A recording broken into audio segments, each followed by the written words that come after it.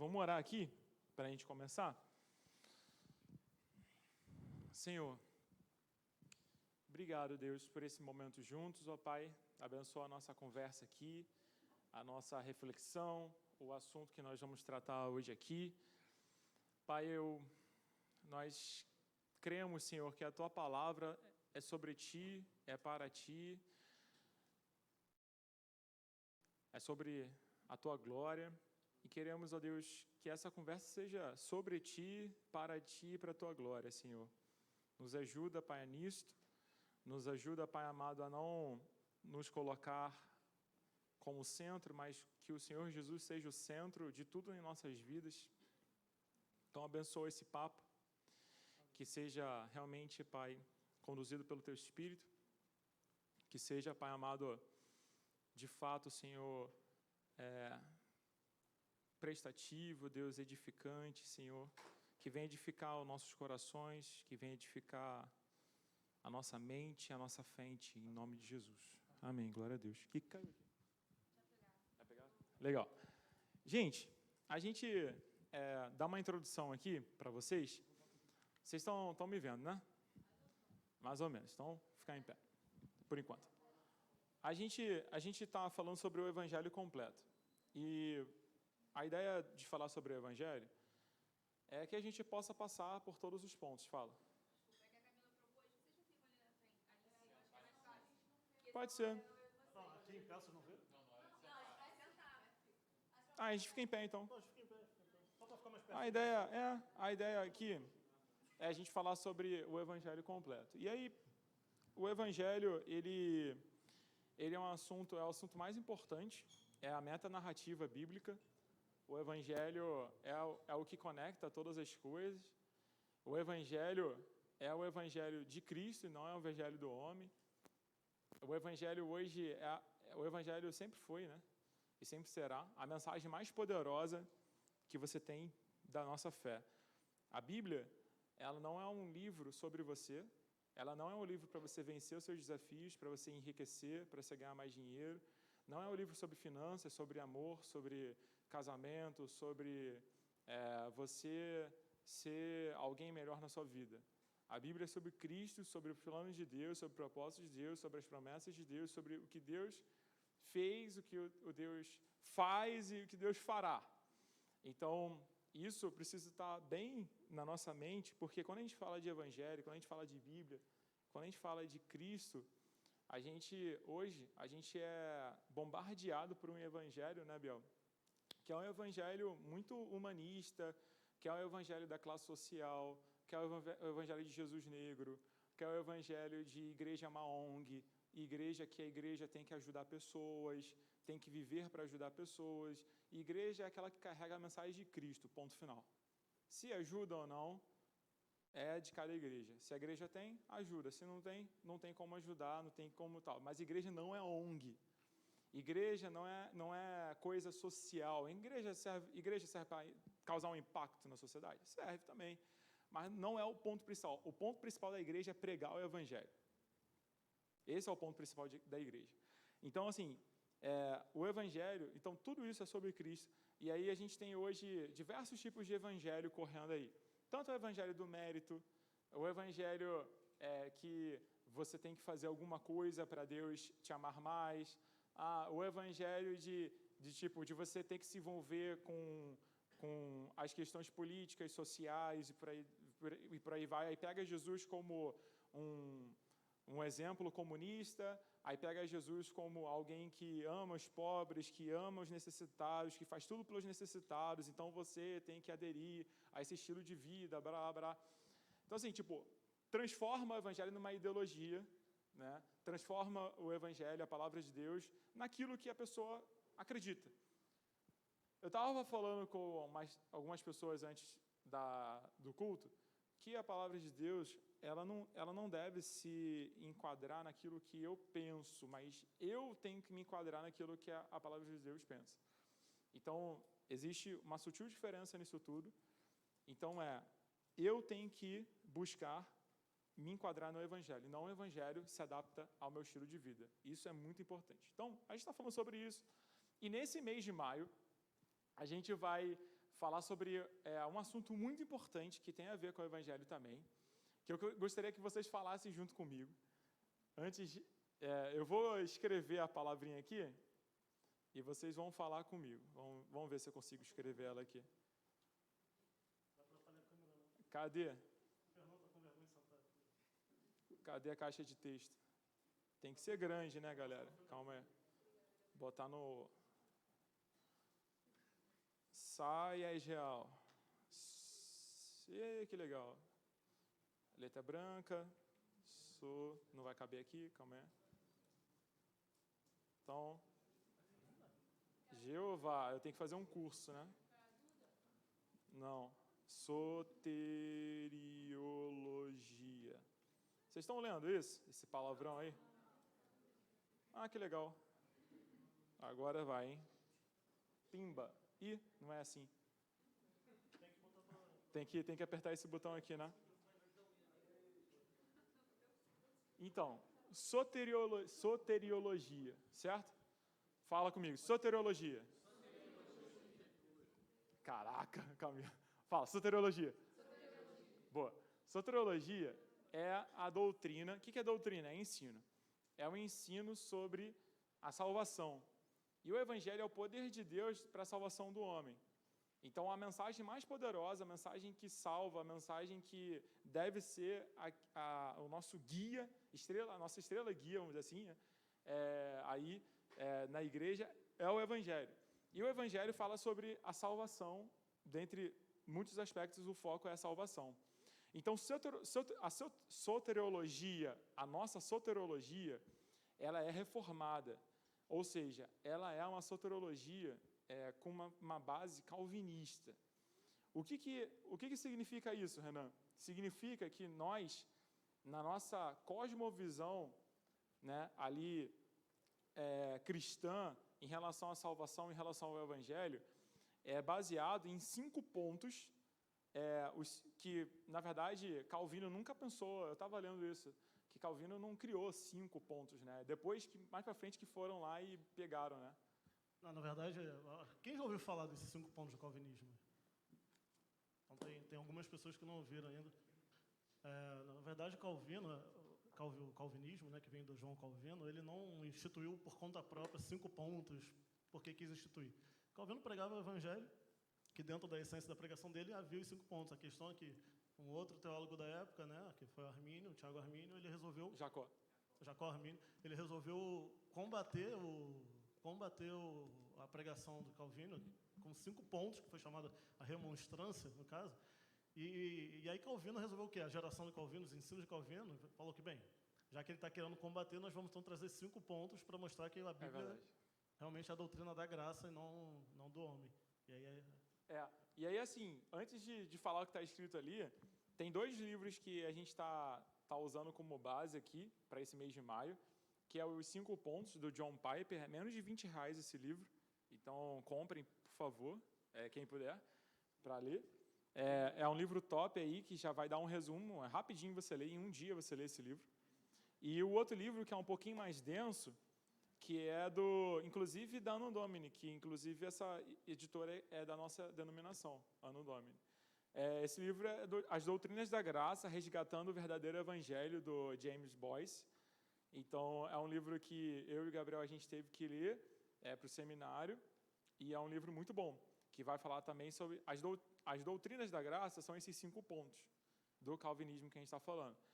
A gente vai parar de ficar falando 5 pontos, né? Que se por acaso vocês ouvirem sem querer os 5 pontos do calvinismo, é basicamente doutrinas da graça. A gente quer trabalhar mais o termo doutrinas da graça, porque, né, traz mais o contexto. Vai passando para vocês darem uma olhada. A gente tira do nome do Calvino e leva mais para o nome do Senhor. Assim. Bonita, né? Maneiro. Esse livro, para quem quer começar a entender, se quiserem dar uma folheada, enfim, vocês fiquem à vontade. Então, os 5 pontos, ele foi pensado e virou acho que é um acrônimo, o nome que se dá isso, a TULIP, por conta do inglês. Mas como eu não sei falar inglês direito, eu vou pular ali o inglês para não passar vergonha com vocês, e vou falar só em português, que é o tema que a gente vai tratar em cada semana de maio, vai ser um tema diferente. Então tem ali, o T ali, no caso ali, seria a depravação total, em seguida, eleição incondicional, em seguida, expiação limitada, graça irresistível e, por fim, perseverança dos santos. A gente acredita que com esses 5 temas, esses 5 assuntos, eles constroem uma base sólida sobre o Evangelho, sobre a salvação do homem, a soteriologia reformada. Então, a cada sábado, a gente vai trabalhar com um tema desse, beleza? Ou seja, não faltem os próximos 4 sábados. Exatamente. Vai quebrar aí a linha de ensino aí. Porque, já para adiantar, né, Biel, eu acho que a gente concorda que... eu vou deixar assim. A gente concorda que depravação total é a base de todos os outros, né? Vamos primeiro, antes de a gente até começar, nós já deu uma boa introdução. Já estou. Esse é um tema, já quem me conhece há mais tempo, na época, alguns anos atrás, nos adolescentes, eu falei um pouco com um grupo sobre isso. Tem gente que não está nem aqui hoje, mas é um tema que particularmente, eu gosto muito, mas eu confesso que é um tema difícil, por um lado, mas é um tema gostoso de trabalhar por outro. Porque a partir do momento que a gente entende as doutrinas da graça, o próprio nome já é bonito, né? As doutrinas da graça, ou seja, o que é graça? Quem lembra o que é graça? Pode falar, gente, pode participar. Se vocês estão com vergonha, imagina eu que estou aqui na frente. O que é a graça? Favor imerecido. Então, ou seja, favor é um presente que ninguém merece, certo? É imerecido. Se vocês peguem já o conceito já da frase, a gente já consegue desmembrar muita coisa daí. Então, as doutrinas da graça, o ensino da graça é isso, é aquilo que Deus dá para a gente como presente, como graça, de graça, sendo que a gente não faz nada para merecer, beleza? Então, por isso que é um tema muito gostoso. Pode ser difícil algumas coisas que vão ser faladas, mas é muito gostoso. Só que antes, abram aí rapidinho, Romanos 11, 33. A gente vai ler só esses versículos finais aí. A gente pode ler ou pode cantar, né, esses versículos finais. A gente lê ele cantando quase. Né? Abriram Romanos 11, 33? Né, fala assim: ó profundidade da riqueza, tanto da sabedoria como do conhecimento de Deus. Quão inexplicáveis são os seus juízos e quão insondáveis são os seus caminhos. Pois quem conheceu a mente do Senhor? Ou quem foi o seu conselheiro? Ou quem primeiro deu alguma coisa a Deus para que isso lhe seja restituído? Porque dele, por meio dele, para ele são todas as coisas. A ele seja a glória para sempre. Amém. Amém. Só focando aqui, quão inexplicáveis são os seus juízos, quão insondáveis são os seus caminhos. Pois quem conheceu a mente do Senhor? Então é fácil falar sobre isso. Ninguém conhece a mente do Senhor. Então, antes de a gente desmembrar tudo que a gente quer falar hoje, a gente vai focar no ponto 1, né? Da aprovação total. Exatamente. Só que os 5 pontos eles estão muito conectados, estão praticamente totalmente conectados. É difícil, é algo que a gente vai acabar falando um pouco de apontar uma coisa ou outra, porque eles são totalmente conectados. Né? Aqui é o próprio Evangelho, então não tem como a gente tirar uma parte do Evangelho. A gente vai separar, como o Calvino separou, nos ajudou nesse ponto, para a gente focar em cada semana em um. Mas a mente do Senhor é algo insondável, entende, gente? Ele é Deus, nós somos humanos, criaturas. Ele é o Criador, nós somos criaturas. Então não tem como a gente saber tudo que está na mente do Senhor? Não, somente porque... pelo Espírito, né? Senão a gente também seria um Deus agora, você seria Deus. A gente não tem como saber tudo. Mas eu não sei se fulano vai ser salvo ou não. Mas Deus sabe. Entende? A mente do Senhor é insondável, ele alcança profundidade que a gente não alcança. O Senhor estava no ontem, está aqui, está no amanhã. A gente só está aqui nesse agora. Mal a gente lembra, de repente, o que comeu ontem. O que o Gabriel está fazendo, ele está amenizando as tretas que isso pode rolar. Então, o Gabriel está amenizando tretas. Então, mas por que eu estou amenizando? Porque, para vocês entenderem, antigamente, muito tempo atrás, quando eu comecei a gostar desse tema, nem tinha feito costologia, apenas comecei a gostar. E eu aprendi que até na internet, nesses grupos, fóruns de teologia e tal, tem uma galera que é muito radical. E em algum momento da minha vida eu me vi radical também. Não, calvinismo é isso, é o melhor e tal. Aí eu gostava de debater. Para vocês terem uma ideia, teve uma família conhecida que na casa deles, eu comecei a debater, e depois eu vi que o Evangelho também não é isso, entendeu? Você tenta apontar, ninguém é o dono da verdade. Eu creio que isso aqui, que as doutrinas da graça, estão no centro, no coração do Evangelho. Mas óbvio que eu posso errar em alguma coisa, entende? Eu posso, de repente, ter algum entendimento errado, até Calvino pode ter algum entendimento errado.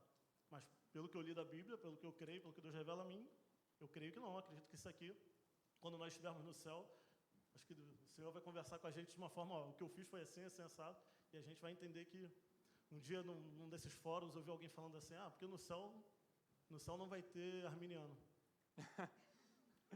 Ai, meu Pegaram Deus. a essência? Tipo assim, o que ele quis dizer é o seguinte, quando chegar no céu, todo mundo vai entender que foi os ensinos de Calvino, cada doutrina da graça que prevaleceu. Então vai chegar lá e vai falar, realmente, eu não escolhi nada, eu não vou ainda entrar nos outros assuntos, não. Mas eu só quero que vocês entendam isso, a mente do Senhor é insondável. Quem está falando não sou eu, beleza? É Paulo, Romanos, a gente canta isso toda hora.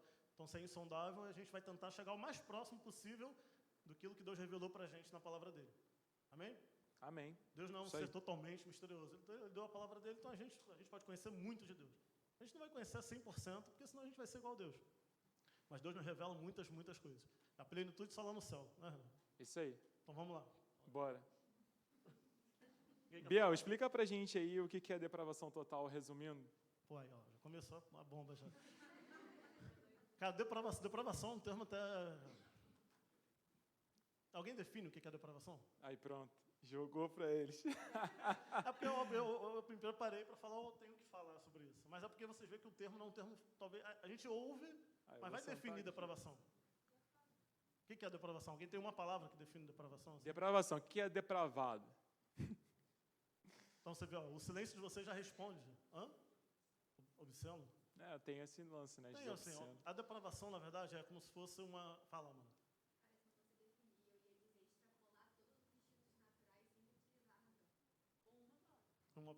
Foi bom, uma boa frase, uma boa definição. É por aí, assim, a Bom, depravação é rebuscado. é como se fosse uma...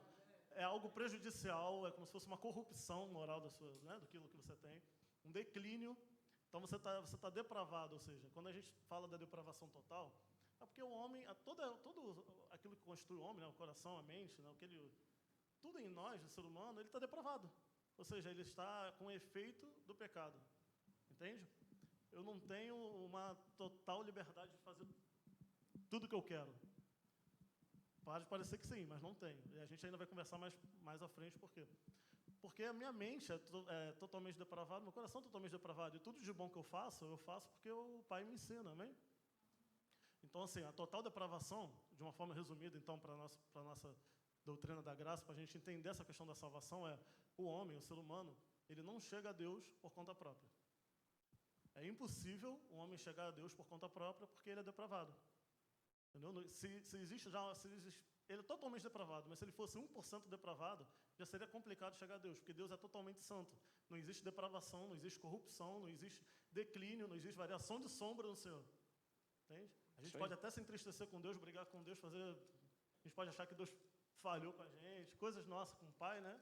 Às vezes a gente fica um pouco chateado, triste, mas a verdade é que Deus não erra, Deus não falha, Deus não peca. Não existe nada de ruim no Senhor, entende? Amém? Todos concordam? Amém. Eu acho que esse é um princípio que a gente tem que ter sempre em mente. Deus é bom o tempo todo.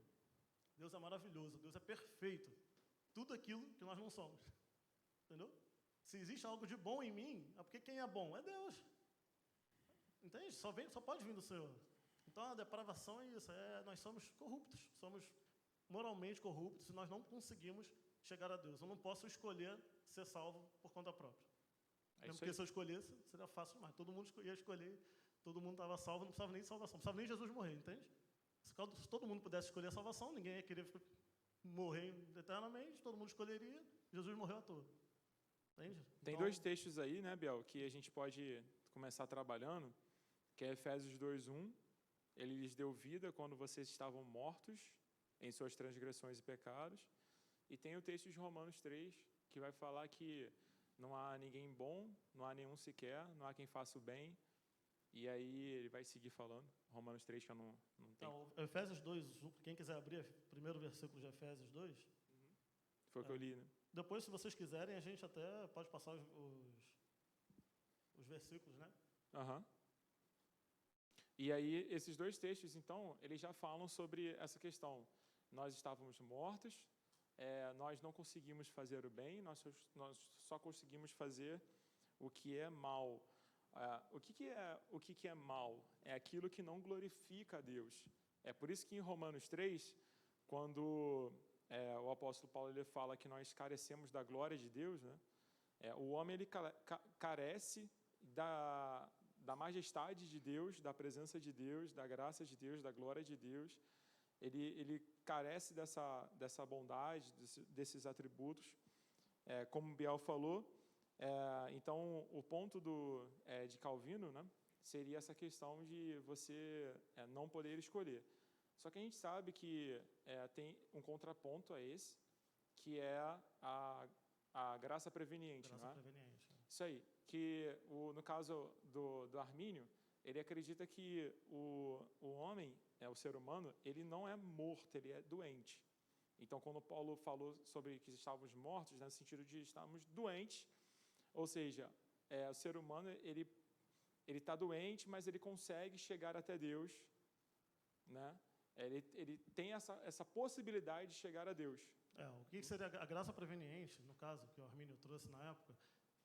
Acho que antes da pessoa se converter, acredito que todo mundo pensa parecido. Assim, só depois que você tem um encontro com o Senhor, acho que você percebe que, caramba, se Deus não me amasse, eu não teria amado o Senhor. Né? João fala isso, né? João Deus me amou fala isso, primeiro. Mas Primeira acho que carta. enquanto você não se converte, você acha que, acredito que todo mundo pensa parecido com o Armínio até, né? Eu posso chegar a Deus a hora que eu quiser.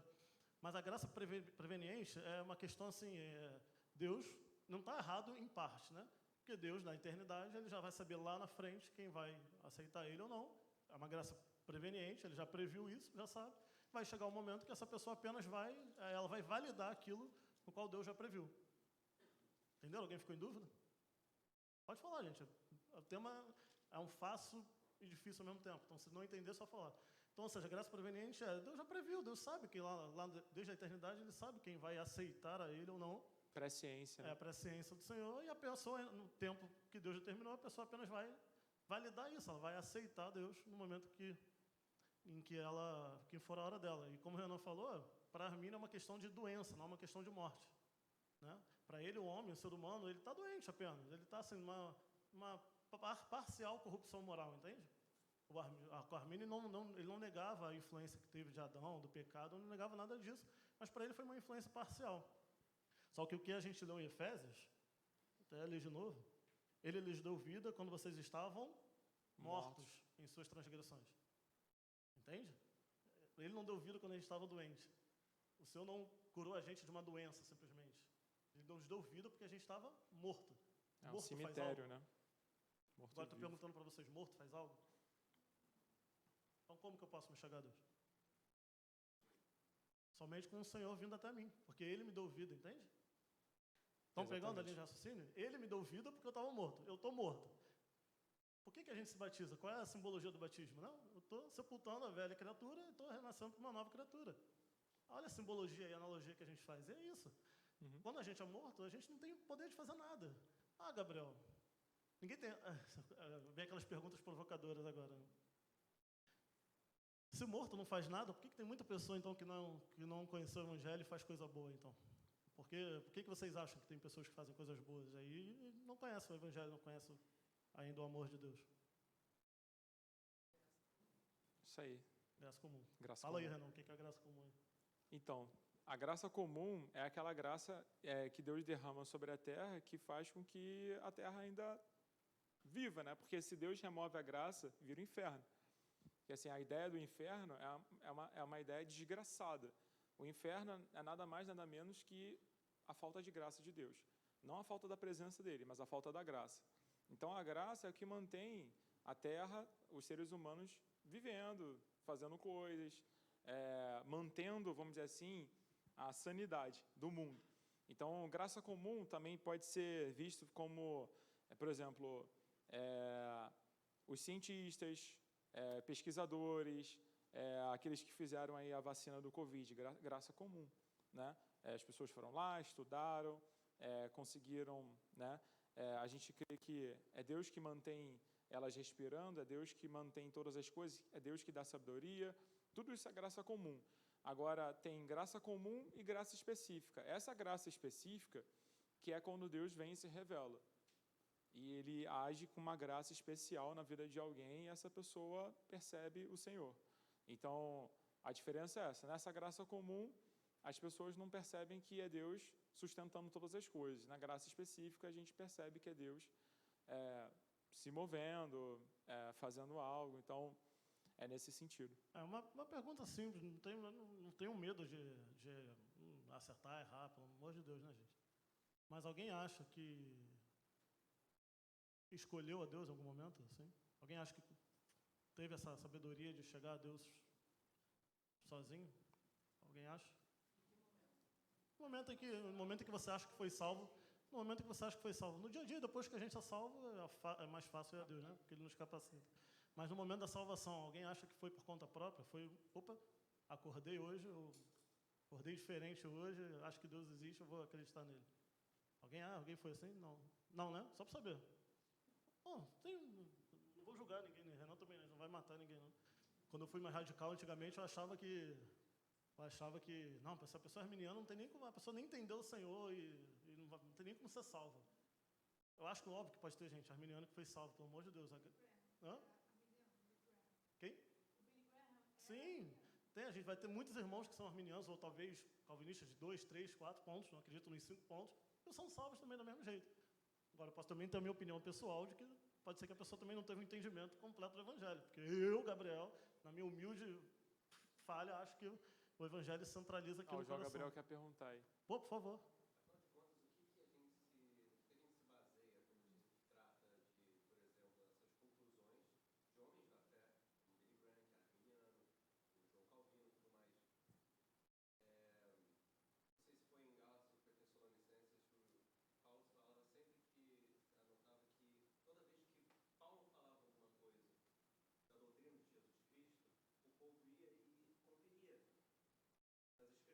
Os bereanos, lá de Atos.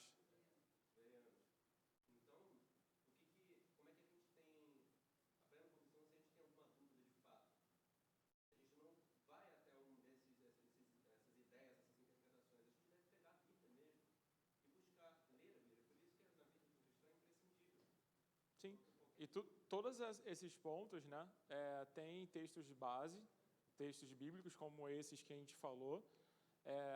No caso de Armínio e dos arminianos, é que eles entendem de outro jeito os textos, sabe? Eles vão... tudo se trata da maneira como você interpreta a Bíblia, sabe? Só que, assim, faz mais sentido para a gente, para a nossa denominação, para os nossos pastores, a fé reformada que é calvinista na sua maneira de pensar soteriologia, salvação, entendeu? Mas tudo isso que a gente está falando aqui tem base bíblica, sacou?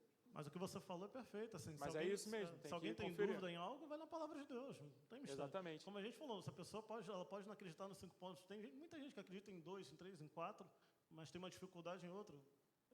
Ela não ama o Senhor, ela não é salva? Claro que não, né, gente?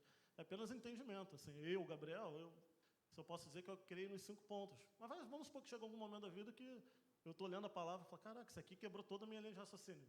Pode acontecer? Pode. Por quê? Porque eu sou falho, entendeu? Eu domino tudo? Claro que não, pelo contrário, não domino nada. Se o Senhor não me revelar... Quer entendeu? falar? Fala aí. Sei lá, eu pedi para você explicar um pouco sobre a questão para tornar mais fácil de incluir essas doutrinas, que essas doutrinas são enraizadas na história da igreja, né? Elas não são inventadas por Calvino ou Armínio. Você poderia explicar um pouco o debate, por exemplo, Augustinho-Pelágio, para mostrar que esse debate é muito anterior à época da Reforma? Eu não sei exatamente o centro do debate, se você quiser falar, pode falar, mas eu sei dessa história, que esse já vem um assunto já bem antes, só estourou lá em Calvino e Armínio, porque Armínio foi lá e criou as teses e tudo mais, e houve rebuliço também junto com a Reforma Protestante, né? Eu acho que isso tudo acabou criando esse movimento maior. Até mesmo a fé calvinista, né? Ela é muito considerada a fé reformada. Então, quando a gente fala que a gente é reformado, a gente tende a pensar que a gente é calvinista nessa maneira de pensar a soteriologia. Mas se a gente pensar, a nossa igreja não é calvinista, tá, gente? Porque, assim, a igreja calvinista, quando a gente fala, a igreja é calvinista, a gente pensa em presbiteriana, a gente pensa em batista da palavra, a gente pensa em algumas batistas, né? Mas a nossa igreja... Por quê? Porque quando a gente fala que uma igreja é calvinista, a gente está pensando em toda a maneira dela pensar. Desde liturgia, desde governo, desde maneira como elas vão tratar os membros, a membresia. Então, a ideia de uma igreja ser calvinista vai muito mais além do que o entendimento da palavra, ou o entendimento sobre salvação. Sacaram? Então, tem esse pensamento. Mas do Pelágio, depois, se você quiser dar uma palhinha pra gente, eu acho que fica melhor. Mas toda contribuição é bem-vinda mesmo. Oi? Porque, como o Pedrinho falou, isso é uma discussão histórica, né? A gente vê Valeu. até na Bíblia mesmo, quando Paulo estava pregando, Pedro até se assustava com algumas coisas que Paulo falava. Paulo teve um entendimento absurdo, né? Paulo foi o maior pregador das doutrinas da graça. Você chegou a ler Romanos 3, né? Depois, Cheguei a falar de Romanos 3 no sentido de não há ninguém que faça o bem, não há nenhum sequer. Eu falei de cabeça. Quando vocês leem Romanos, Paulo ele expõe a doutrina da graça de uma forma maravilhosa, né? Ele mesmo fala, por exemplo, em Romanos 7, ele fala, porque eu sei que em mim, isto é, na minha carne, não habita bem nenhum, né? Pois o querer o bem está em mim, mas não realizá-lo. Ou seja, Paulo, quantas frases de Paulo, ele demonstra que a carne dele é totalmente pecaminosa, fraca, ele não tem poder nenhum de chegar. Né? Se a gente for para o Antigo Testamento, a gente tem textos como Gênesis 6, que fala que até quando o meu espírito habitará no ser humano, até Deus falando, né? Que o ser humano é continuamente mal.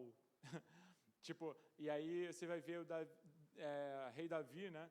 Orando o Salmo 51, falando que eu fui concebido em pecado minha mãe me concebeu. E a gente vai vendo esses textos no Antigo Testamento, até no Antigo Testamento, você já tem textos que apontam a uma condição caída do homem que é totalmente caída. Tipo, não há quem faça o bem, não há nenhum sequer. E aí a gente tem um ponto que eu até toquei na semana passada, ô Gabriel, que é o lance das pessoas, né? Como você falou, da bondade, a gente falou aqui de graça comum. As melhores pessoas, né? As pessoas mais bondosas que não fazem mal a ninguém, pessoas que, cara, assim, você se sente bem ao estar perto, elas não vão à igreja, não acreditam em Deus, mas não, vamos dizer assim, não aceitaram Cristo, vamos dizer assim, né? Não se abriram para Cristo, mas acreditam em Deus, não vão à igreja, tal. Essas pessoas, elas têm chance ali de a gente, sei lá, encontrar no céu, tem chance de salvação. O que você acha? Chance todo mundo tem, né? Na verdade, isso aí. Todo mundo tem. Mas elas... E aí? Vamos ver. Eu vou chegar nessa pergunta fazendo uma pergunta para vocês, por exemplo. A gente teve algum histórico recente. Vamos supor algum histórico recente aí de chuvas de Petrópolis, né? As pessoas que foram ajudar, bombeiros, tantas pessoas foram ajudar, mas vamos focar mais nesse pessoal, né, que está preparado para isso, por exemplo. Essas pessoas que são boas, fazem tudo de bom mesmo, o tempo todo, trabalham para fazer o bem para o próximo. Eles merecem ser salvos? Sim ou não? Merece, Luiz Antônio? No meu ponto de vista, merece. Assim, do tipo, fazer uma bondade dessa, pra mim, eu ia salvar 50 vezes uma pessoa dessa. Mas assim, tipo, no meu ponto de vista humano, tá ligado? Merece, Dudu? O Bin Laden poderia muito bem chegar e fazer muito bem, criar uma fundação. Só que ele criou vários homens bons. Ele merece salvação só porque ele fez uma coisa boa? Não. Você não respondeu aos olhos humanos, né, no caso. Esse é o ponto, tipo...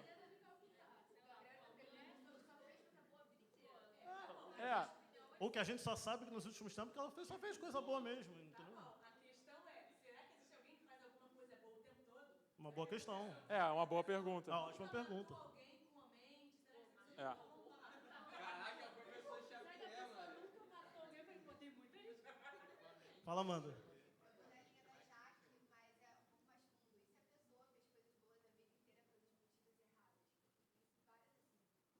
Isso aí. Então, é uma pergunta boa. Viu como é bom a gente fazer as perguntas, né? Assim. Garante uma motivação. Sim, então, é bom todas essas perguntas provocativas de vocês, porque no final de tudo, de todas essas perguntas, a gente não vai ter um parâmetro humano, certo? Porque a gente não consegue controlar a mente da pessoa, né? Ela pode estar fazendo algo bom ali. Quantas pessoas a gente não vê no Instagram fazendo coisa boa e tirando selfie, vídeo? Ah, Gabriel, mas você não conhece o coração? Não, justamente, não conheço, então eu vou julgar o que eu estou vendo. Eu só não conheço, como é que eu vou, né? Então, assim, o parâmetro humano ele vai ser sempre falho, porque a gente não conhece a mente do homem, certo? Alguém criou algum outro ser humano para saber? Alguém é cientista, criou um outro ser humano para saber como funciona? Não, né? Então, nós não conhecemos a mente humana. Quem conhece a mente humana? Deus, nem o homem conhece a mente humana. Você conhece a sua mente humana? Controla a tua mente por um minuto, não pense em nada errado. Valendo. Não dá, gente. É difícil pra caramba. Então, Já pensou besteira. então a questão é como... O Ismael tá pensando besteira o tempo todo aqui. Então, como não existe um parâmetro humano, gente, existe um parâmetro... Qual é o parâmetro que funciona? É o parâmetro divino, certo? E no parâmetro divino, ninguém merece ser salvo. Exatamente. Simples. Porque todos pecaram, todos carecem da... Glória a Deus. E esse é o ponto que você falou agora. Ninguém merece, porque a salvação não é mérito. Esse é o ponto, entendeu? Eu posso fazer os maiores atos heróicos do mundo. A salvação não é baseada em mérito humano. Não há nada que eu faça que possa me salvar. A salvação é somente pela graça de Deus. Sabe por quê? Sabe por que essa é uma frase 100% verdadeira? Porque se eu sou merecedor da salvação, se eu merecer a salvação, em algum momento eu vou merecer perder também. Entende? Só que a salvação é uma graça, certo? É um ato de graça de Deus. Graça é o que mesmo? Um favor imerecido. Um presente. E o Senhor, por acaso, ele dá um presente que ele pega de volta? Tipo, ó, você agora, meu filho, você está salvo agora. Passa uma semana, estou falando em termos de salvação, gente. Passa uma semana, um mês, você fez algo errado ou não, meu filho. Agora eu vou tirar a salvação de você. A gente vai viver numa montanha russa, né? Eu sou salvo, não sou salvo, sou salvo, não sou salvo, sou salvo. Aí esse que é um grande problema das pessoas que têm essa mente. Aí a gente está usando mais o sistema arminiano para pensar nessa mente de pessoas que acham que alcançaram a salvação, né? Porque elas ficam confusas há muito tempo. Pecou, e agora? Pronto, perdi a salvação. Só que quando você entende que a graça, que a salvação é um ato de graça, um presente de Deus, você vai pecar, porque a gente falha mesmo todo tempo, mas assim, o Espírito que está em você, ele testifica, dizendo, calma, você é filho de Deus. O Espírito convence da justiça, do pecado e do juízo, você logo volta para Deus, você sabe que a tua salvação está garantida. A gente vai falar isso lá no último ponto, perseverança dos santos, então não vou adiantar muito aqui. Porque o mesmo Deus que entende que nós somos depravados, que nos alcança, ele também nos dá perseverança para poder alcançar. Perseverança não é nunca pecar, só adiantando, perseverança é você, ainda que falhe, você se achegar a Cristo e poder se redimir e buscar arrependimento. Então, respondendo a pergunta do Renan, essas pessoas têm chance de salvação? Todo mundo tem chance de salvação, gente. Eu não sei quem vai ser salvo, quem não vai ser salvo. O maior terrorista do mundo hoje tem chance de salvação. Entende? Ele pode se arrepender no último instante de vida. Eu não tenho esse controle. Porque por a gente não ter controle sobre pessoa nenhuma, parente, amigo, conhecido, famoso, é que a gente tem que orar por todo mundo, entende? E pregar o Evangelho. A gente tem que pregar o Evangelho, orar por todos, porque justamente a gente não sabe em qual meio. A gente só lança a rede, lança a rede, lança a rede. Lança a rede, lança a rede. Agora, né? Quem vai pescar é o Senhor, certo? Agora, como eu não sei quem o Senhor vai pescar, eu lanço a rede. O Yuri vai falar já já. Então, assim, agora, invertendo a pergunta. Então, se eu não mereço a salvação, alguma coisa eu mereço nessa vida. E é o quê? Inferno. Alguém tem preparado para isso? Eu mereço o inferno, entende? A única coisa que a gente merece. Por que eu mereço o inferno? Porque a Bíblia diz que o salário do pecado Por isso que aquele louvor do Restitui é um louvor que a gente parou de cantar aqui na igreja, que não faz sentido. Restitui. Eu quero de volta o que é meu. Cara, o que você merece é o inferno. Você quer o inferno? Então restitui aí, toma o inferno de volta. Porque não faz sentido a gente cantar uma parada dessa. A única coisa que a gente merece é o inferno. Não tem como chegar para Deus, Deus me restitui. Eu quero de volta o que é meu. O que eu mereço. É o inferno, meu filho, que você quer? Então toma aí. Toma o inferninho. Porque a gente está cantando uma besteira. E aí vocês entendem por que a gente merece o inferno, que a gente chama de doutrina da graça. Estão conseguindo agora pegar todo o ciclo de ensino? É a doutrina da graça justamente por isso, porque é graça. Deus ele intervém na nossa história de uma tal forma que, tipo assim, cara, você merece, porque o salário do pecado é a morte. Se eu pequei uma vez na vida, eu já mereço a morte. Isso, pronto. Aí eu vou ter que interromper o Yuri ali, porque agora tu tocou num assunto muito importante. O coitado do Yuri, vai falar já, Yuri. Foi mal, Yuri. É porque esse lance de... a palavra de Deus diz que se você tropeça num ponto da lei, você já está julgado. Então, assim, não há ninguém que não tenha tropeçado num ponto. Desde bebê, você vai pegar a criança, o Luquinhas, que senta a mão na cara do Fábio o tempo todo. Toda hora eu vejo o Luquinhas, Luquinhas, ele dançando, aí daqui a pouco, pá, na mãe. Ele acabou de transgredir a lei, ele está desonrando o pai e a mãe, é o quinto mandamento, o quarto mandamento, não lembro agora qual é, e ele já está condenado. O bichinho precisa de salvação, eu preciso pregar o evangelho para o Luquinho. Luquinho, vamos lá, olha o evangelho, Jesus morreu, vamos lá, Luquinho, crê. Porque assim, o que acontece? Desde bebê, a gente já está fazendo besteira. Não há ninguém que escape E aí vem um ponto também para reforçar essa resposta aí dessa questão, né? De que ninguém é merecedor, a única coisa que a gente merece é o inferno, porque primeiro, a gente já transgrediu a lei em algum ponto. Segundo, essa questão, Deus, ele é um Deus que leva muito a sério a sua santidade, sabe? Ele é o justo juiz. Se ele não opera a sua justiça, então ele é injusto. Sacaram o lance? Tipo, Deus, ele tem os seus atributos. O amor de Deus não pode, de jeito nenhum, de maneira nenhuma, tem gente que vai pregar isso, galera, isso é uma grande besteira. O amor de Deus vai suplantar todos os atributos dele. Isso é mentira. Todos os atributos de Deus, o amor, a justiça, a misericórdia, a ira, a graça, se comunicam e nenhum atributo de Deus vai sobrepor outro. Está tudo ali equilibrado, tudo ali se comunicando, tudo ali é estável, né? Nada é maior do que outro. Então, assim, todos nós, diante da lei de Deus, diante de Deus, nós já fomos, de alguma forma, julgados. E aí vem o outro ponto, que eu não falei, né? Que é a questão de, em Adão, nós todos caímos. E como funciona isso? Eu estava comentando com o Biel, né? Que hoje a gente tem um representante federal, que é o presidente da República. Em outros países é o primeiro-ministro. O primeiro-ministro manda no país e tudo que o primeiro-ministro faz, ou que o presidente faz como representante federal. Ele não só é a imagem daquele país para o exterior, como também tudo que ele faz, ele vai afetar os seus cidadãos. Quando Adão ele faz o que faz no Éden, ele não faz só com ele é o nosso representante federal, sacaram? Ele faz com ele e com toda a nação, com toda a geração, com toda a imagem dele. Então, o que Adão e Eva fazem no Éden recai sobre nós, implica sobre nós. É como se nosso representante fizesse uma besteira e agora o Brasil está manchado no mundo. E é a mesma coisa que Adão e Eva fizeram. Então, assim, ninguém pode fugir disso, sacaram? Ninguém pode fugir dessa condenação que recai sobre o ser humano. E aí, completando isso, eu pergunto para vocês, a culpa é sua, minha ou é de Adão? De quem? De Adão? É ou não, gente? A culpa toda é dele. Então, volta para aquela pergunta. Se hoje você quiser, a partir de agora até meia-noite, não pecar, você pode também não pecar, porque você não tem culpa. Então, se a culpa é só de Adão, a gente não tem culpa de nada. Não, recaiu sobre a gente, mas a culpa é dele. Sim, entende? Mas a culpa é dele. Mas a gente reproduz a mesma ação, tá ligado? Só reproduz porque ele errou, pô. Não, então, mas... Já viu a Gabriela se não com a culpa? Um bom ponto. É um bom argumento. Mas deixa o Yuri esse. perguntar lá, Yuri. Fala aí. Vai, Yuri. Fala, Yuri.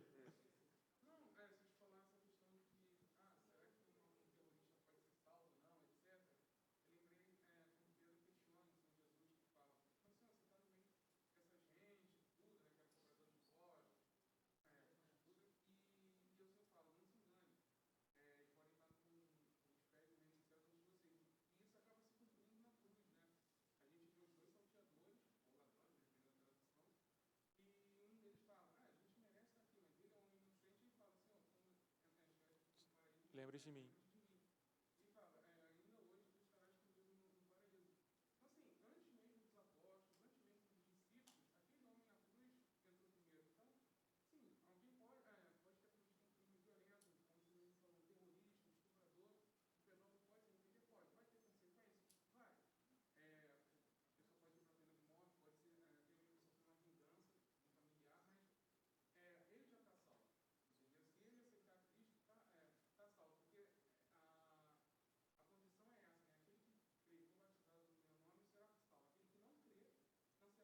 Tem uma condição maior do que isso aí, na verdade, que é a condição de você produzir bons frutos, né? De você ter a evidência da salvação. Porque não é só por crer, senão todo mundo da face da terra que crê, eu creio em Deus. Pô, A gente só entende no caso mas eu do entendi ladrão, o que você do ladrão falou, da tu tá cruz, usando não um teve tempo de versículo. mostrar o fruto, mas Tu Jesus está deixou usando muito Romanos claro, 10. Fala. Fruto do Espírito Santo não tem arrependimento, não. Mas é fruto de justiça o nome que a gente dá. Arrependimento é fruto de... Ah, tá, além. Desculpa, aquele... Foi mal. Repete. Isso, fruto é que eu digo as tuas obras, as tuas boas obras, o que você faz da sua vida. Com certeza, o arrependimento é um fruto absoluto. Arrependimento, conversão, mudança de vida, o modo de pensar diferente, tudo isso faz parte da salvação, entendeu? São os efeitos da salvação. Agora, o que não dá a gente está dentro da igreja, a gente vê uma pessoa que vem à igreja e sai da igreja, frequenta boate, bar, fuma, bebe, fala palavrão, transa antes de casar e tudo mais e se acha salvo. Isso, meu filho, isso não rola. Não rola. Assim, tipo, no ponto de vista bíblico, uma pessoa que vive como o mundo, que cheira o mundo, que a sua cosmovisão é do mundo, que a maneira de pensar, a gente não vê Cristo, sabe? Não tem o cheiro de Cristo, não tem a roupa de Cristo, o cheiro de Cristo, o perfume de Cristo. Então, assim, não faz sentido. Eu creio em Deus, eu vou à igreja e tal, mas fede como um morto-vivo, porque não nasceu de novo, sabe? Então, assim, são esses pontos. Por isso eu estou falando, não é só o que é crer para a salvação. E esse crer, ele tem repercussões, né, na nossa vida. Fala. Vocês estão falando de depravação total, entendi que todos somos totalmente depravados, mas... Se depravado. Assim, vocês estão falando muito ligado à moral do ser humano, e aí as escolhas, a escolha de pecar, e o pecado original, enfim, tudo isso, mas aí você pensa no caso que eu queria saber se a pessoa é depravada, mas ela ainda não desenvolveu uma moral. Todos nós temos moral, eu acho. Imagina, um neném de 8 tá. meses na barriga da mãe. Não tem condições nenhuma de ter qualquer tipo de moral dentro da cabeça desse neném. E a mãe sofre um aborto e o neném morre. Aborto espontâneo, sei lá. Essa criança, ela era depravada por ser filho de humano e não teve chance de conhecer Cristo. Lembra de Salmo 51? Fui concebido no ventre da minha mãe em pecado, sei lá o que, tal. Assim, tipo, existe isso, só que assim, eu entendi o seu ponto e aí eu vou explicar, né? A morte infantil, né, de aborto espontâneo, enfim, é um mistério na igreja, mas a gente tende a crer que assim, tipo, esses já estão com o Senhor mesmo, sabe? Não tem motivo para pensar assim, assim, ao meu ver, sabe? A pessoa não é só depravada a partir do momento que ela toma a decisão de pecar. Ela é depravada desde que nasceu. Desde que nasceu. A partir do momento que a concepção, ela já é depravada. Ninguém nasce santo. Ninguém nasce santo. Esse é o ponto, entendeu? É a natureza do ser humano, é assim. Mas eu estou falando sobre questão de salvação, eu tendo a crer que sim, há uma graça ali específica, há a misericórdia de Deus ali. Eu compartilho da mesma visão, mesmo porque a Bíblia não deixa claro, né? É um mistério, mas como a gente sabe que a graça de Deus é algo tão maravilhoso, tão grande, né, que a gente não consegue nem alcançar, eu também compartilho dessa visão. Camilinha. Ainda nessa discussão, em Marcos 10, quando os discípulos estão com as crianças e impedem elas de falar com sim. Jesus fala, não impeçam porque delas pertence o reino e digo mais, quem tiver uma fé igual a criança lá, também dele será o rei. Então, só que esse ponto, Camila, desculpa te interromper, porque eu já entendi o que você está querendo dizer. Esse ponto, ele é interpretado assim, que Jesus está falando coração, entendeu? Se você tiver um coração como o de uma criança, esse é o reino dos céus. Ele está falando assim, o reino dos céus é de quem tem coração como uma criança, que olha para o Pai Celestial, né? E o chama de herói, e o obedece, e tem aquela atitude, né? Aquela dependência, aquela confiança, mas é isso. Mas era por aí? Não, sim, então, tem pessoas que olham para esse texto e falam assim, esse texto está falando sobre salvação infantil. Só que esse texto não está falando sobre salvação infantil, interpretação. Depois a gente pode abrir com calma, se quiser a gente pode abrir até agora. Porque o contexto é sobre o coração do homem mesmo. Se você tem um coração igual uma criança que olha de uma forma pura, se é literalmente uma criança que morre e eu tenho que ter coração igual ao dela, você acha que a lógica é, beleza, a criança está salva. Então, Eu deveria ter um coração igual ao dela. Aí eu te faço a pergunta. E aí eu te pergunto uma coisa. Eu sabia que esse ponto ia surgir em algum momento. Então, não é algo puro, não existe coração puro.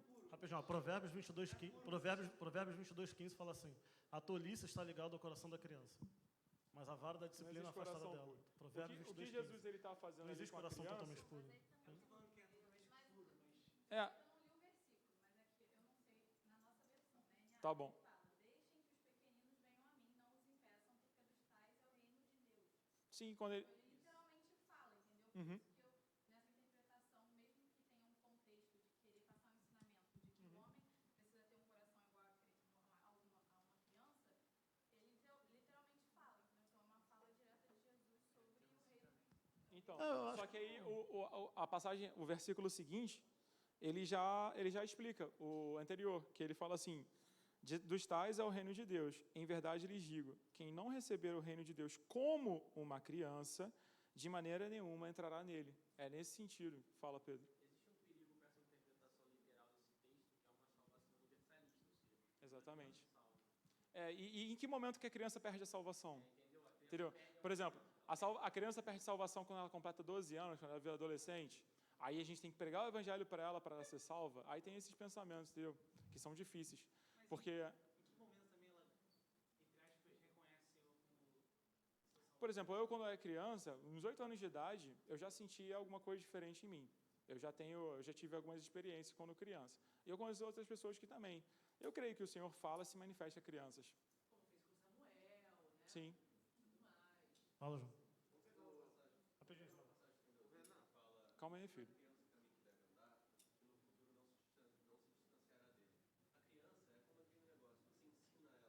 Sim.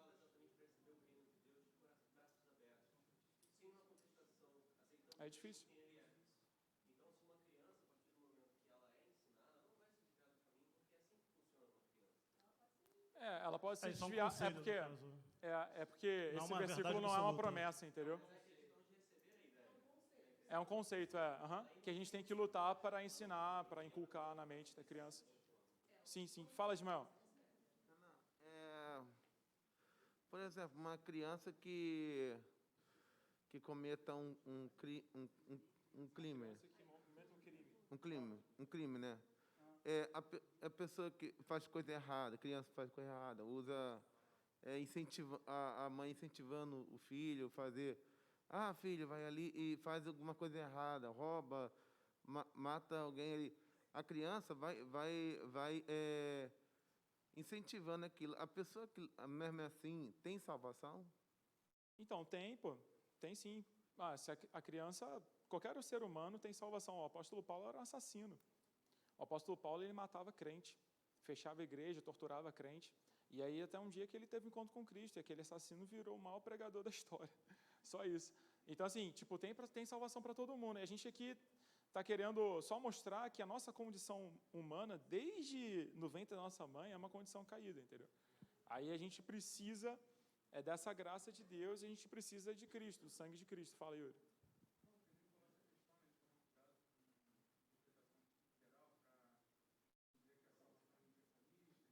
Aham.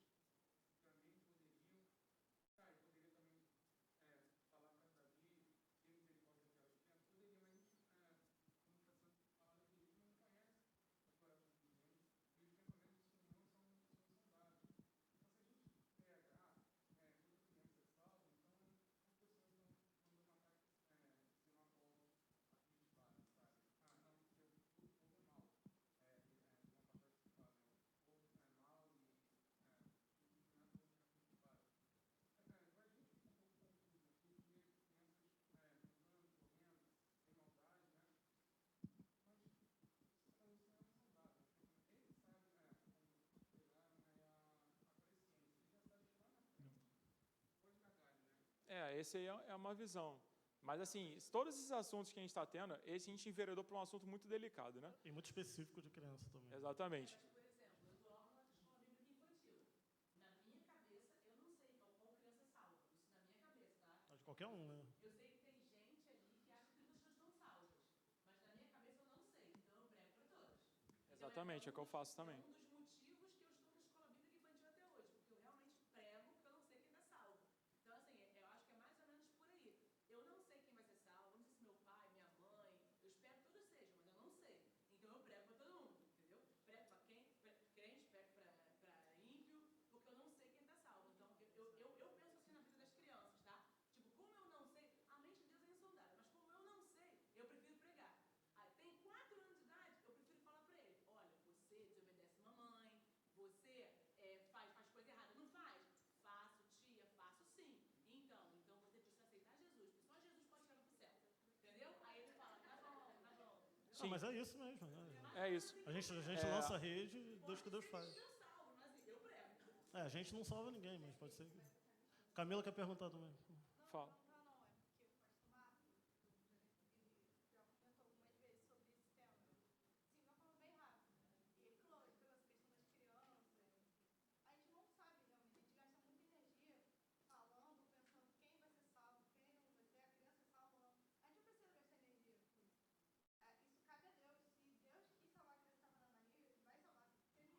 Se ele não quer salvar, ele não vai salvar. Então, é coisa dele, é um mistério, né? Como falou, Sim. os pensamentos sondáveis. Então, Sim, a gente esse ponto, o ponto 1, né, é pra gente reforçar a nossa... Ih, já foi embora já. Fernando quer foi embora o polemizar horário. aqui.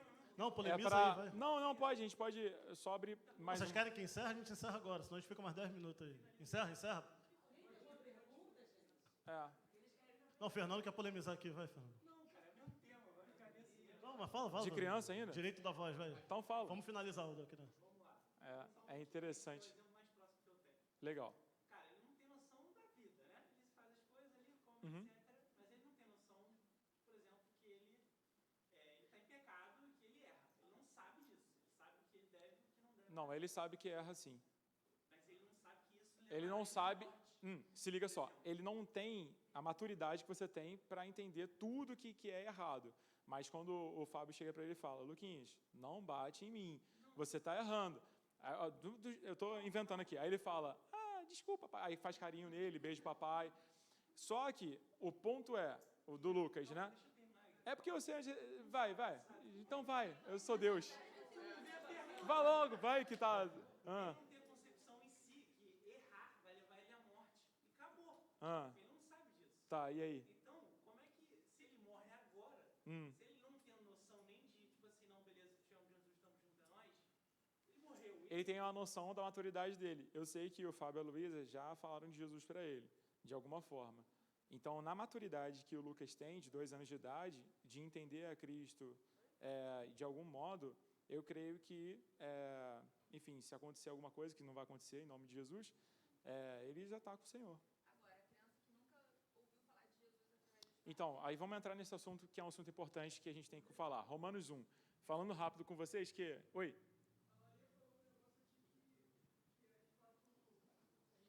Por que vocês não estão aqui na frente? Vocês são especiais?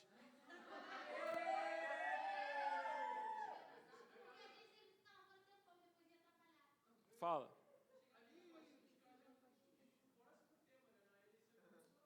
Ainda tem isso. Mas não ainda dá pra por chegar cima. nele agora. Esse vai ser mais polêmico do que hoje. Ih, né? rapaz. Se hoje tá polêmico, imagina na próxima.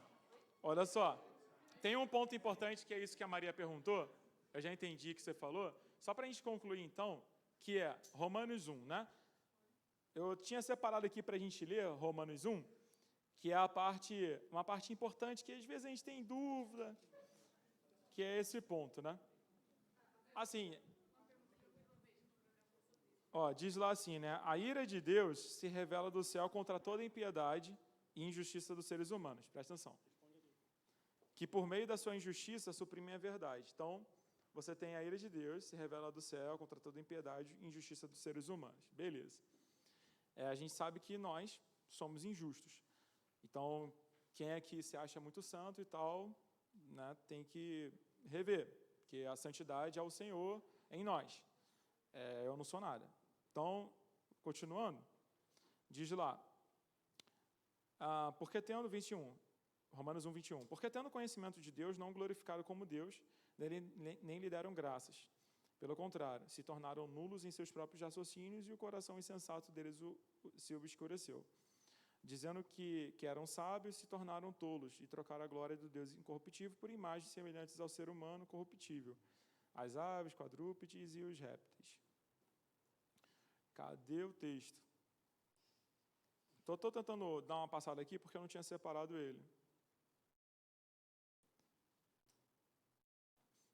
Tá, beleza, eu achei. Estava até antes, no versículo 20. Porque os atributos invisíveis de Deus, isto é, o seu eterno poder e a sua divindade, claramente se reconhecem, desde a criação do mundo, sendo percebidos por meio das coisas que Deus fez. Por isso, os seres humanos são indesculpáveis. Qual é o ponto? Por isso, os seres humanos são indesculpáveis. Exatamente. Parte final é importante. Essa parte final é importante.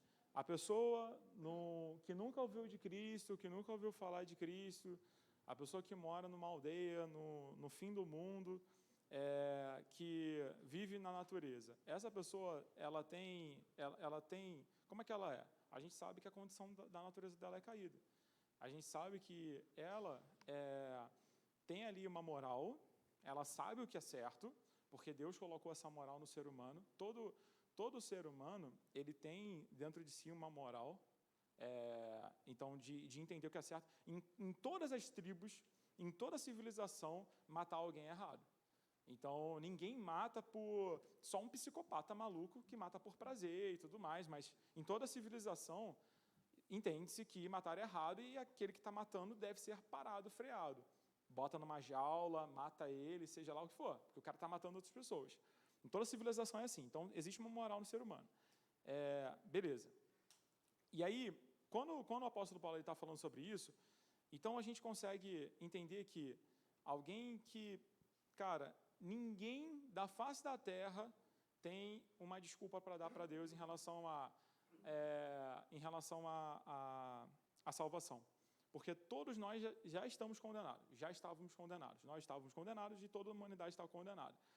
A pessoa de uma tribo distante, que o evangelho ainda não chegou lá, essa tribo já está condenada.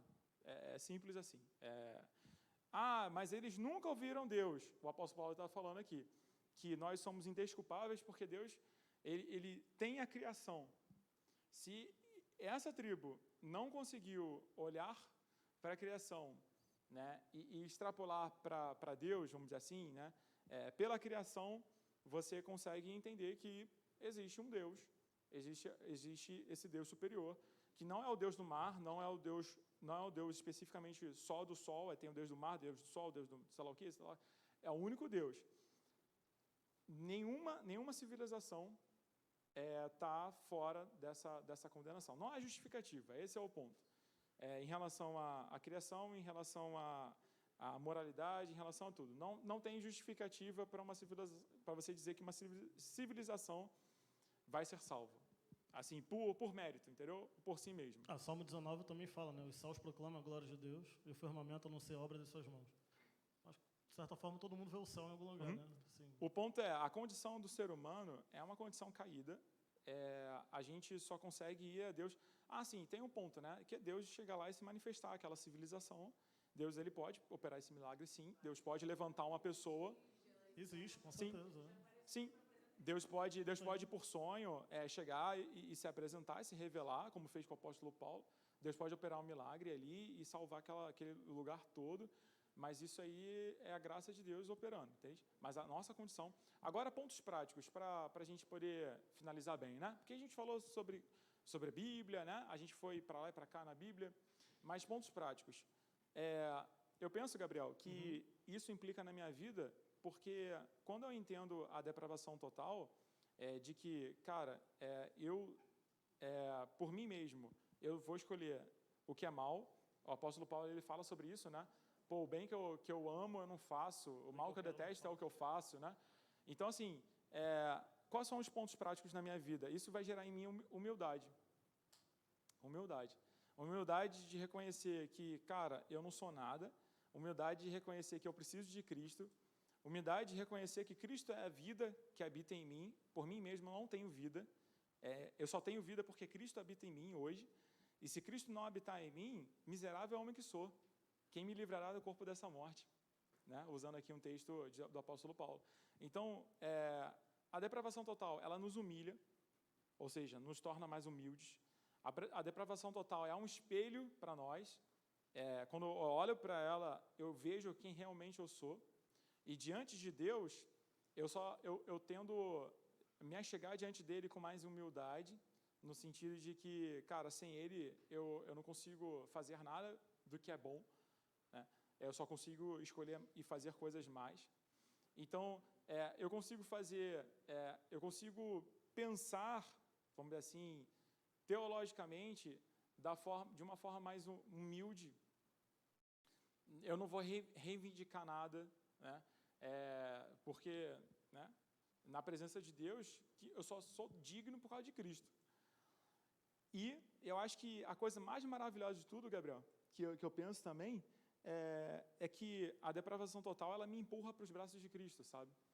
Porque eu sou tão caído e por mim mesmo eu não consigo fazer, eu não consigo me salvar, eu não consigo fazer o que é bom, eu não consigo. Então, assim, tipo, a minha única fonte de salvação é agarrar em Cristo e não soltar nunca mais. Isso, o amor de Deus, ele é uma parada que, se tu fala assim, cara, o amor de Deus é maravilhoso, é muito mais do que maravilhoso, sabe? A gente não alcança a plenitude, a perfeição do amor de Deus, porque é uma parada linda. Ele não tinha por que me salvar, entende? Ele não tinha por que te salvar, mas ele faz isso por amor. O Renan tocou num ponto interessante, que a depravação total esse entendimento traz humildade, porque se você crê, por exemplo, que você foi até Deus porque quis, então você se acha mais inteligente que as outras pessoas, que por acaso não conseguiram ir, entende? E aí é um mérito teu, Deus apenas estava lá te esperando.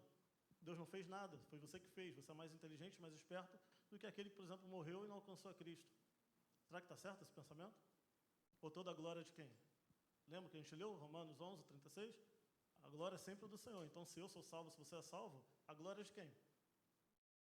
É de Deus, gente. Quando a gente fala que a glória é de Deus, é porque você não fez nada para isso. Eu não fiz nada para isso. A gente pode ter tido pessoas, e muito provavelmente, todos nós que somos salvos, tivemos pessoas que oraram intercedendo por nós. Esse foi o meio pelo qual Deus nos salvou. É o meio, porque Deus opera, Deus faz. Mas essa questão de Deus ir, se revelar em sonho, existe, óbvio que vai existir, existe sempre, mas é minoria perto do normal, entendeu?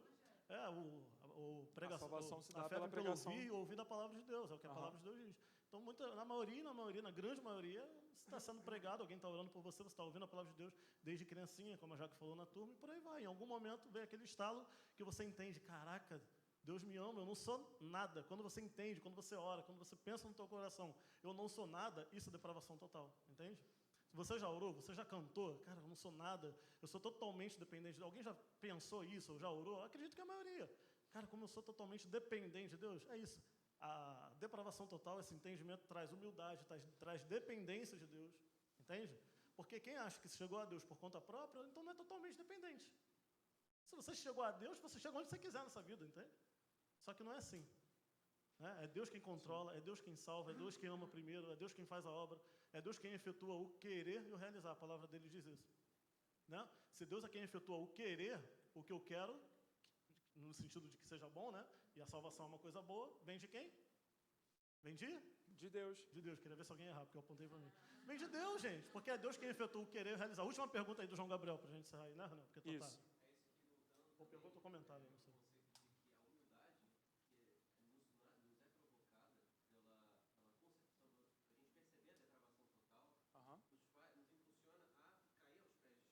Isso. Questão de adoração. Exatamente. Porque isso vem de Deus, essa percepção, porque para o mundo a depravação total não existe. Exatamente. É isso mesmo. Está entendendo? Para tudo posso. Isso. Aquela coisa. Na verdade, eu posso fazer isso, isso me deixa feliz. Na verdade, o que você está me privando de fazer no que esse tal de Jesus, eles falam assim, ele está me privando da minha liberdade. Então, para eles, a depravação total não existe. Só com o convencimento do Espírito Santo na pessoa. E olha que tu vê que legal que em Gálatas 5:1 fala que foi para a liberdade que Cristo nos libertou, né? Exatamente. Tu vê Gálatas 5:1 fala, foi para a liberdade que Cristo libertou, porque as pessoas entendem a liberdade que elas vivem hoje enquanto não conhecem a Cristo de uma forma errada. Eu posso fazer tudo uma o que eu escravidão quero. do pecado. Dizendo que a liberdade ela é limitada pelo amor, não é assim, né? Você não pode escolher não pecar. Então você não é livre. Isso, por isso que o tal do livre-arbítrio, por exemplo. Você só pode pecar. Então isso é escravidão. O livre-arbítrio só existe para o mal, Exatamente. não existe para coisa boa, entende? Você não. Você, A gente pode escolher pecar, porque nós temos duas naturezas, isso é liberdade. Então, se eu, Jaqueline,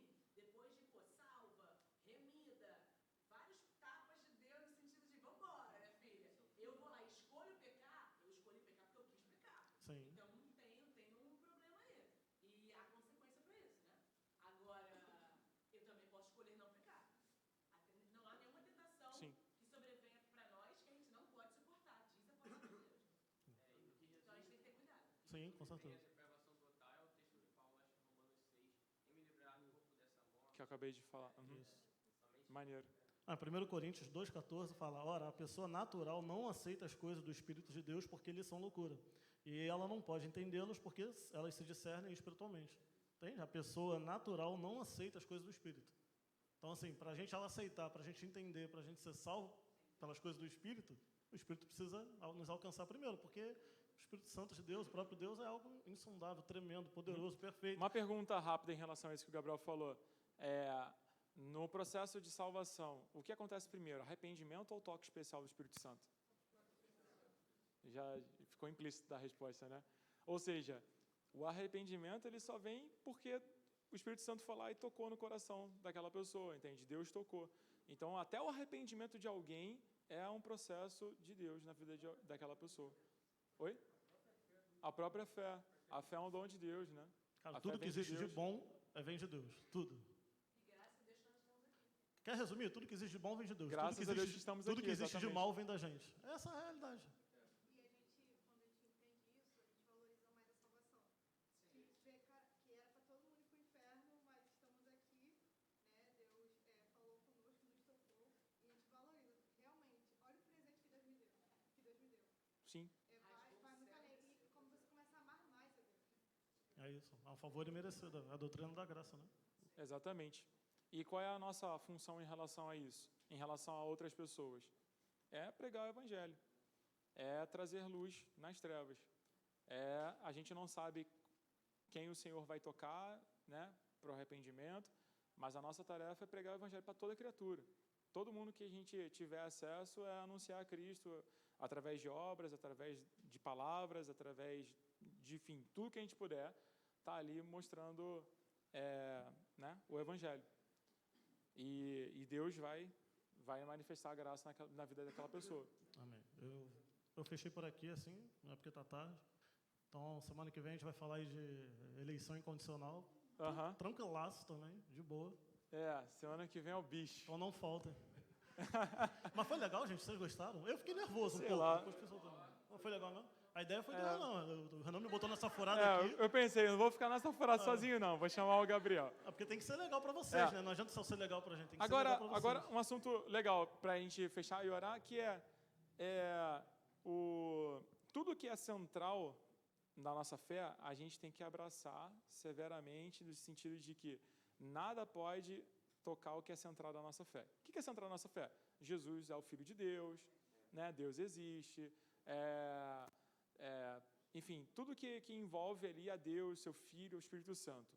É central a nossa fé. Agora, por exemplo, questão de criança, questão de morte, questão de batismo de criança, questão de se morreu, vai, não vai, sei lá o que e tal. A gente está trazendo um entendimento aqui hoje, mas isso já é periférico.